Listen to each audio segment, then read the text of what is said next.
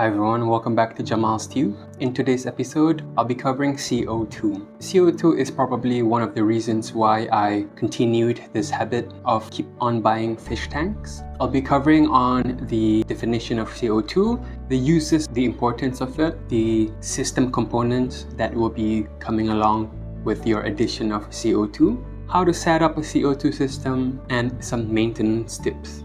I'll end the video with some safety considerations. So I hope you guys stay till the end of this video and learn a few things.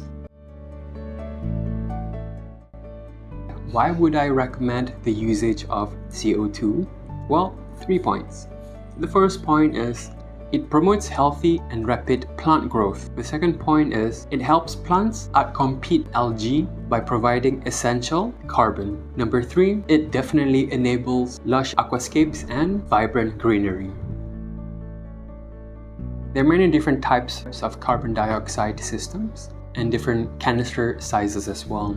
You can go for the 0.5 kilograms for the smaller nano tank setup. However, you can go for the 2 or 3 or even the 5 kilogram canisters based on your tank size. So what makes a CO2 system and for you to be able to start injecting some in your tank? The first is definitely the CO2 cylinder. It stores pressurized carbon dioxide.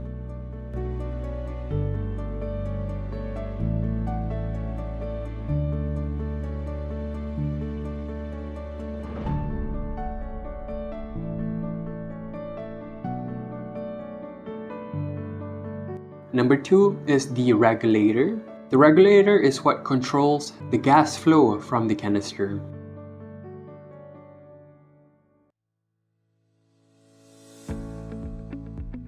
A dual-stage regulator prevents pressure spikes.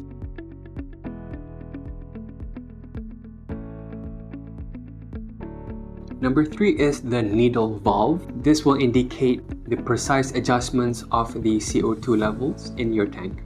Number 4 is the solenoid valve. This is what automates the CO2 by turning it off and on, especially at night when plants don't need CO2.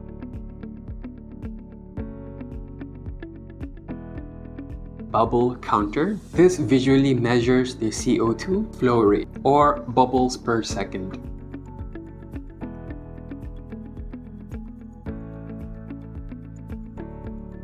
Number 5 is the diffuser itself.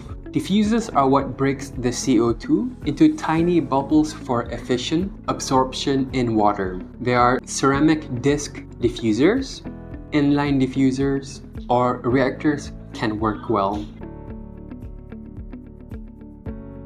Number 7 is the drop checker. Drop checker indicates CO2 levels in water using a color changing solution. Green means ideal, blue means low, yellow means too high, which is very dangerous for fish. It's the check valve. Check valve prevents water from flowing back into the system.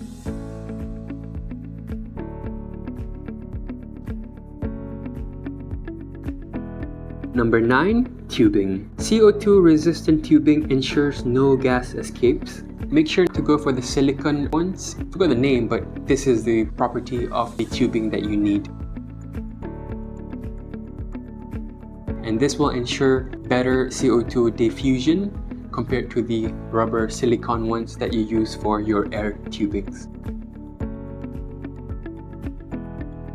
In order to set up your CO2 system, number 1, position the canister. You want to place it in a secure, upright position near the tank. You can put it on the side or at the bottom of the tank if you have those cabinets. Next is to connect the regulator.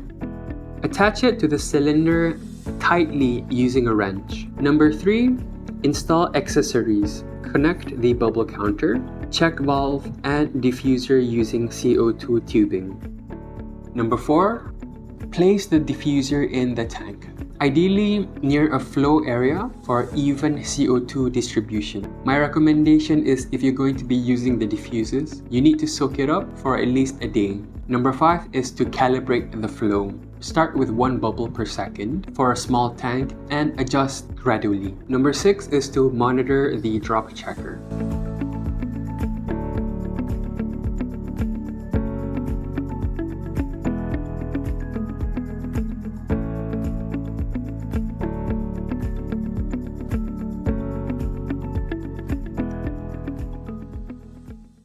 Some maintenance tips. The first one is to check for leaks. Sometimes the solenoid might be leaking CO2. You can tell normally by the temperature of the room. It gets slightly colder. CO2 is not harmful for you, but in high dosages, it can make you slightly lightheaded. You can listen when there is a leak in the CO2. You can hear a slight tss, and this will tell you that you should get it checked out. Number 2 is to refill the cylinder. Monitor the gauges. Once it has indicated that the canister is empty, you should go and fill it up. Number 3 is to clean the diffuser. You can do monthly cleaning with bleach solution or hydrogen peroxide. Just soak it up for about 5 to 10 minutes and you will see the gunk of it being removed from the diffuser. Rinse it off with water and put it back into the tank. Number 4 is to test water parameters regularly. Monitor your pH, KH, also known as carbonate hardness, and CO2 levels regularly. High CO2 can lower pH significantly, so keep this in mind. Number 5, monitor fish behavior. Signs of CO2 overdose include gasping at the surface.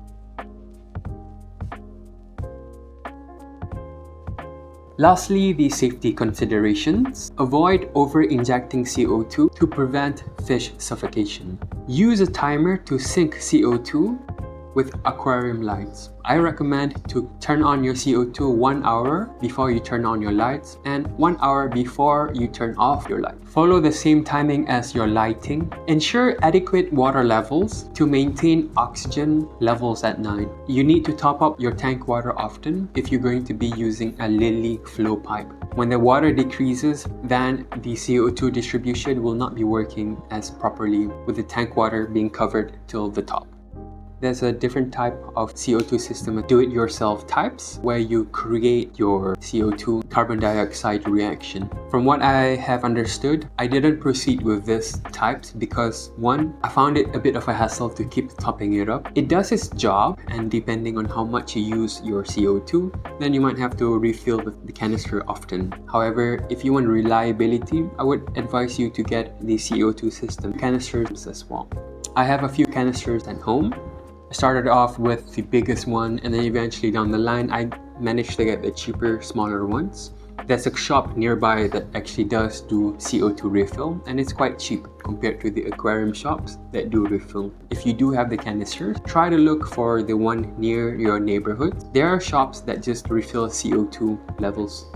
For example, either the 2 or the 3 kilogram canister, it takes me about 30-40 ringgit to refill the CO2. I prefer using the canisters because it provides reliability. In terms of the tubing, once again, I've mentioned don't use the rubber types, use the ones. This type will be better for your CO2. It is different from air diffusers, air tubings. So you need to make sure that you get the proper CO2 tubing. And when you do cutting, my tip is to bend the tube and give it a snip. And that is the end of today's video. I hope you understood a little bit more in terms of how to use a CO2 system, why you should need it, and how it might affect your plants. Definitely for the better.